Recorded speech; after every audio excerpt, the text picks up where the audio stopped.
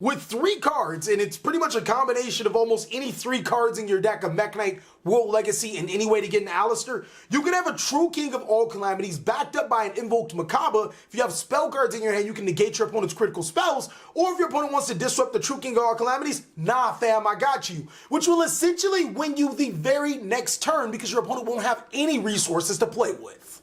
Invoked is easily one of my favorite decks of all time because of the versatility. You can play it in so many other strategies, and the same thing with Mekk Knight. Whether it is a pure variant, or it's a Mekk Knight Invoked variant, or any other variant like a Mekk Knight Crusadia, the deck always finds a way to thrive in so many different situations. A lot of people say that the deck is not great for going first, and I think that that's very incorrect.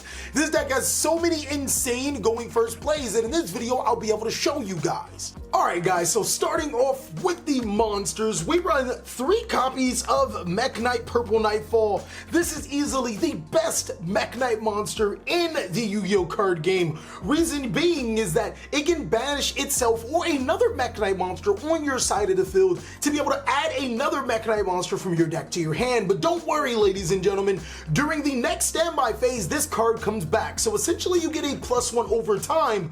But if you just so happen to have Cyframe Lord Lambda on your side of the field, during the end phase you can search a Cyframe Gear Gamma from your deck to your hand. Next is 2 copies of Mekk Knight Blue Sky. This card has the highest potential of any Mekk Knight monster in the Yu-Gi-Oh card game, because if it is special summoned, or if you summon it during its effect to a side where your opponent has multiple monsters in the same column, then you can add multiple Mekk Knight monsters with different names. Next is 2 copies of Mekk Knight Indigo Eclipse. This guy seems really bad at the beginning, and then you start to think, moving cards in the column might be beneficial for a deck that plays off of the column.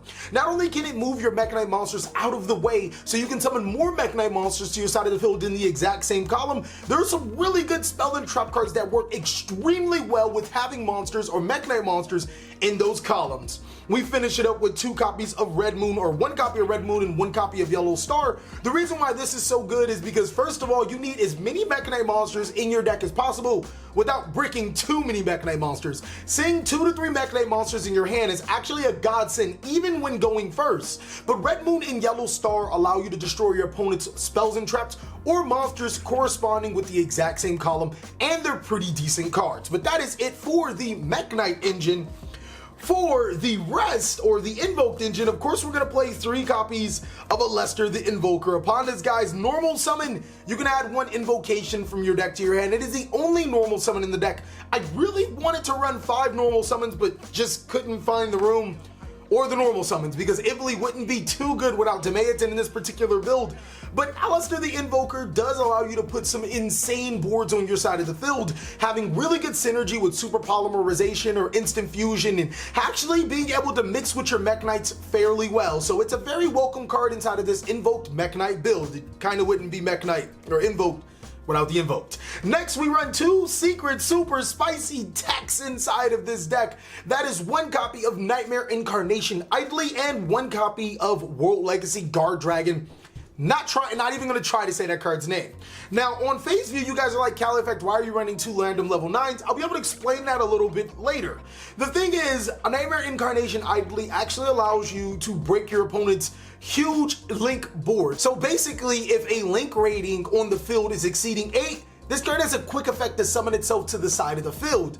And then if your opponent has more link monsters than you do, well guess what? You can pretty much dark hole all of those link monsters, sending them to the graveyard. World Legacy Guard Dragon, I'm not even gonna lie to you, I really didn't bother to read this card's effects. I do know that it allows you to recur a level 9 monster when it's destroyed, and I think it reduces the attack of all your opponent's monsters, but look, it's a World Legacy monster that you can discard with your Mekk Knight cards if all else fails. That's the card you kind of don't want to open. For your hand traps, we run 2 copies of Ash Blossom and Joy of Spring, and this deck is quite low on hand traps because other than Ash Blossom, I run 3 copies of Cyframe Gear Gamma, and of course the driver, And that's pretty much it. I think that you could run 2 more hand traps. I'll be able to show you a cards that you guys could take out for these hand traps. But I really love ciphering your Gamma in this deck because if you do make Lambda, you can activate Gamma from your hand while you control monsters. And Ash Blossom and Joyous Spring is one of the best hand traps in the Yu-Gi-Oh card game. One card I would strongly consider is Ghost Ogre and Snow Rabbit. I was thinking about actually making this a 42 card deck and just throwing ogres in there. Decided against it because I want to see my Mekk Knight monsters even more. But that's it for the hand traps. For these spells, we run 3 copies of Magical Meltdown. This essentially will get us our Alistair the Invoker and prevent our opponent from interacting with our fusion summons. We technically run 4 with the Terraforming and 3 copies of the super secret sexy ultimate rare Invocations. Now, when Konami decided to give us sexy cards like this, I wasn't expecting so sexy. Invocation is really good for this deck, allowing you to fuse cards in your opponent's graveyard by banishing them, but a lot of times in our going first play, we're going to be fusing cards in our graveyard to make an impossible board for our opponent to break. 2 copies of Instant Fusion to help us with board break, and it provides a monster to our side of the field in the extra monster zone for Mekk Knight plays. 2 copies of Super Polymerization. This plus Alistair the Invoker can equal any of your invoked monsters that you do decide to play in your extra deck. 3 copies of Call by the Grave. No one likes to be hand trapped. 1 copy of World Legacy Monstrosity. Now you guys are starting to see that I can summon both Incarnation Eily and the World Legacy Guard Dragon, whatever it wants to be, from my deck to my side of the field for free. But what level 9 monster will you be summoning and how consistent is it? I'll be able to show you in the combos. World Legacy Guard Dragon actually not only can disrupt our opponent's trap card, so if we're playing against a trap-based deck, it can negate any trap card in the same column as a Mekk Knight monster, but it also allows you to recur banished Mekk Knight monsters from your banish pile right to your hand. Next is the next super secret techie spicy card is World Legacy Secrets. This guy can not only special summon a level 5 or higher monster from your graveyard, it doesn't have to be just a Mekk Knight monster, so your opponent should fear for anything that you can summon, but it also can negate any monster in the same column as a Mekk Knight monster, which gives you an added protection or added layer of disruption. Lastly, we play 2 copies of Crackdown, which was a card that I was definitely deciding on not playing. This is the card that you guys can take out for the Ghost Ogres and Snow Rabbits or whatnot, but it's still a really powerful card because going first, not only can I prevent my opponent from activating a monster effect, I can take it and then use it for a link play. This deck really does, you don't want to say struggle, but sometimes you do need that extra monster to your side of the field, and I was thinking, well, hey, I get a first turn going play or first turn card that can snatch my opponent's monster, and on top of that, I can use it for a link play? Psh, why not? This card is amazing. For the spells and traps, we're all done with that. For the extra deck, we're going to run 2 copies of Invoked Mekk. I felt that you didn't really ever need more than 2. It's still a really powerful card. Being able to not only negate the activation of opponent's monster, spell, or trap, it can also banish it. 1 copy of Invoked Paragon Trio. Solomon Grade is still very good, so not only do you have invocation targets, you have Solomon or Super Polymerization targets, and this card can attack all of your opponent's monsters, gains attack, and deals piercing damage. At one point in time, it was the best invoked monster. 1 copy of Invoked Ragin. This guy doesn't really have insanely great matchups. I guess it can hit Dragoonity if it does become popular, or it can hit Elemental Hero Stratos with Invocation, and then Super Polymerization those cards off the field. But Invoked Ragin actually gives you another disruption, flipping your opponent's monsters face down. But Invoked Elysium actually has applications across almost every single meta deck in Yu-Gi-Oh! Mainly because it just requires your opponent to have a monster specimen from the extra deck and you to have an Invoker monster. Using Super Polymerization on your Alistair Invoker of Madness or your Macabre that you've already used to summon a card that can get rid of their entire board and be a 3200 attack, 4000 defense monster, kinda strong. 1 copy of Millennium Eyes Restrict and Thousand Eyes Restrict. If you guys can't afford the Millennium Eyes Restrict, don't worry, ladies and gentlemen. Just don't play it. Play just Thousand Eyes and be okay. 1 copy of True King of All Calamities, and boy, this guy is amazing. I'll show you guys in the combo tutorial. 1 copy of Mekk Knight Crusadia Avermax. This is the strongest, that is right, this is the strongest Link 4 in the game, especially when you play a deck that can snatch your opponent's monsters. 1 copy of Blackluster Soldier, Soldier of Chaos, and again, if you guys can't afford that Soldier of Chaos, Decode Talker, or Nightmare Unicorn, or any other Link 3 would even help. You don't even have to run a Link 3. You can run a Link 2, such as another one of these, or, you know, whatever. But BLS is really good because I noticed that this deck plays a ton of monsters that are level 7 and higher, using them for a link into a 3000 monster that's unaffected by card effects and then gains effects by destroying your opponent's monsters. Man, again, too strong. Next is Frame Lord Lambda. I like to call him Sparky Boy for a reason. So when a psychic monster is banished face up on the field during the end phase, you can add one Frame Gear card monster from your deck, or actually Frame card from your deck to your hand. Really good for searching your gammas, and also now your Frame cards can be activated from the hand even if you do control monsters. So he makes Frame Gear or Frame Gear combos extremely good. One copy of Mekk Knight Morning Star. This card is important for the combo. It allows you to search your World Legacy cards from your deck to your hand, and one copy of Alester, the Invoker of Madness. This guy is pretty good because he allows you to search more polymerizations or invocations. One thing that I do like about all three of these monsters is that they work really well together. An invoked monster plus either of these two, or I'm sorry, a Mekk Knight monster plus either of these two makes your Morning Star. An invoked Alester plus any of these two makes your Alester, the Invoker of Madness, and then any of these plus another monster makes your Frame Lord Lambda. So it's always cool to have interchangeable outs to whatever link 2 that you want. Solomon Great All Mirage turns our Invoker of Madness, or I'm sorry, our Alester the Invoker, into a monster in the graveyard and a fire monster on our side of the field, which helps extend into our huge combos. And then, of course, the Link Karibo to turn our Thousand Eyes Restrict into that. This is a card you guys can actually drop if you guys wanted to for monsters like Borload Savage Dragon, but I opted to go with the Link Karibo just because I do run 2 level 1 targets. But that is it for the extra deck. Let me show you guys these insane combos.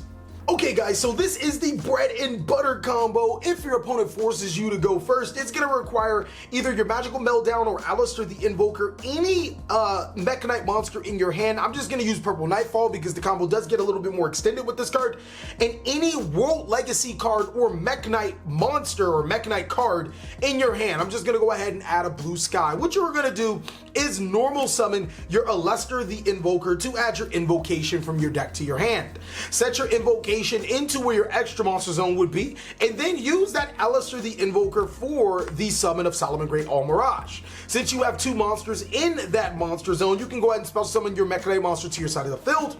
In this case, I have a Purple Nightfall. I'm going to go ahead and banish it to add a Mekk Knight Indigo Eclipse. And now I'm going to go ahead and special summon that Indigo Eclipse to my side of the field using both of these monsters for a Link summon. I'm going to go ahead and special summon my Mekk Knight of the Morning Star, using its effect to pitch the Mekk Knight Blue Sky to add World Legacy Monstrosity from my deck to my hand. I'm then going to follow up by using Invocation, banishing my Mekk Knight Blue Sky and my Alester Invoker of Madness to special summon my Invoked Macabre. Now, a lot of people may be paying attention right now, and it may just blow your mind. Invoked Macabre is a level 9 monster, so I can activate World Legacy Monstrosity to special summon 2 level 9 monsters from my deck to my side of the field that aren't Light Machine, using both of those monsters for an Exceed summon into True King of all Calamities. I can then follow up by returning the invocation to my deck to have an Alester Invoker of Madness. And ta-da, ladies and gentlemen, with 3 cards, and it's pretty much a combination of almost any 3 cards in your deck of Mekk Knight, World Legacy, and any way to get an Alester, you can have a True King of all Calamities backed up by an Invoked Macabre. If you have spell cards in your hand, you can negate your opponent's critical spells, or if your opponent wants to disrupt the True King of all Calamities, nah fam, I got you, which will essentially win you the very next turn because your opponent won't have any resources to play with. The next combo I want to show you is a going second combo, so it does require a ton of hypotheticals to go through, which means in your current game state, you're going to probably need other cards in your hand to either bait those negates or force your opponent to use certain interactions before you can start playing. But just in a hypothetical, let's say our opponent has a monster on the from the extra deck to the side of the field, and a couple of other monsters to the side of the field, and we want to break it. Well, Mekk Knight is really good at doing that. In this particular sequence, I'm going to get an Alester the Invoker, Super Polymer, and a Mekk Knight Blue Sky. Now, to make it a little more easier, I'm not going to say that they have 3 cards in the same column. They're just going to have 1 card in the column, so I only get 1 search off of the Blue Sky. I'm going to start off by normal summoning my Alester the Invoker to add the invocation from my deck to my hand, and then I'm going to set the invocation to where that opponent's card in the same column will point to. I'm following up by special summoning that Mekk Knight Blue Sky to add Mekk Knight Purple Nightfall, and then both of these monsters for a link summon into Alester Invoker of Madness. Now here comes the tricky part, ladies and gentlemen. As one would think, you can just super poly right here and then fuse the Alistair with the extra deck monster and attack over it, but no, there's actually a lot more to it. I can special summon the Mekk Knight Purple Nightfall, banishing the Purple Nightfall to get the Indigo Eclipse, and then now you guys are thinking, oh, you got a free monster for next turn. No, I'm still not done. I'm then gonna go ahead and special summon the Mekk Knight Indigo Eclipse to my side of the field, and now I have no targets for super polymerization. I also won't be able to activate Alistair Invoker of Madness to gain the second effect of it to be able to special summon another fusion monster to my side of the field. That's perfectly fine depending on the situation. I'm going to activate my invocation, banishing both my Alistair Invoker and my Mekk Knight Blue Sky to be able to special summon my Invoked Macabre to my side of the field.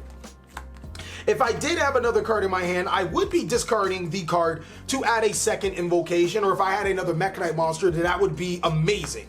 I'm then going to go ahead and follow up by banishing or placing the invocation back into my deck to add the Alistair Invoker into my hand. And now you guys have to look at this board. Not only can I attack over my opponent's monsters, hypothetically, if I did add an additional card in my hand, it would have been invocation. I can go ahead and activate my super polymerization, discarding my Alistair Invoker of Madness, or my Alistair Invoker, fusing both my Invoker of Madness and their monster from the extra deck to be able to special summon Invoked Elysium, which puts me in an extremely good spot. I'll be able to wipe their board during their turn, if not go for game right here and right now.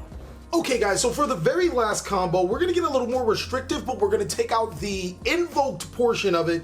We're gonna use Mekk Knight Purple Nightfall, Instant Fusion, and World Legacy Key. Now, I know what you guys are probably thinking, TheCaliEffect, this may or may not look a little bit different, but that's because I had to record this last combo because somehow it got deleted or whatever. But what you are going to do is activate Instant Fusion, paying 1,000 of your life points to special summon Millenniumize, restrict to your side of the field. This particular thing fulfills two things. First of all, you get a monster in your extra monster zone, but secondly, if you set your World Legacy Key phase down, you can now special summon your Mekk Knight Purple Nightfall to your side of the field and then use its effect. Banishing your Mekk Knight Purple Nightfall, you'll add your Mekk Knight Indigo Eclipse from your deck to your hand, and then you'll still be able to special summon your Mekk Knight Indigo Eclipse under your Millenniumize Restrict. Obviously, if you guys can't afford the Millenniumize Restrict, summoning Thousand-Eyes Restrict or any monster would suffice. The reason why we're making the Millenniumize Restrict is because we don't want our opponents to hand trap us in this process. Cards like Ghost Ogre, Effect Veiler, and Ash Blossom and Joy of Spring can all be prohibitive to the strategy, and Millenniumize Restrict kind of restricts them from doing that.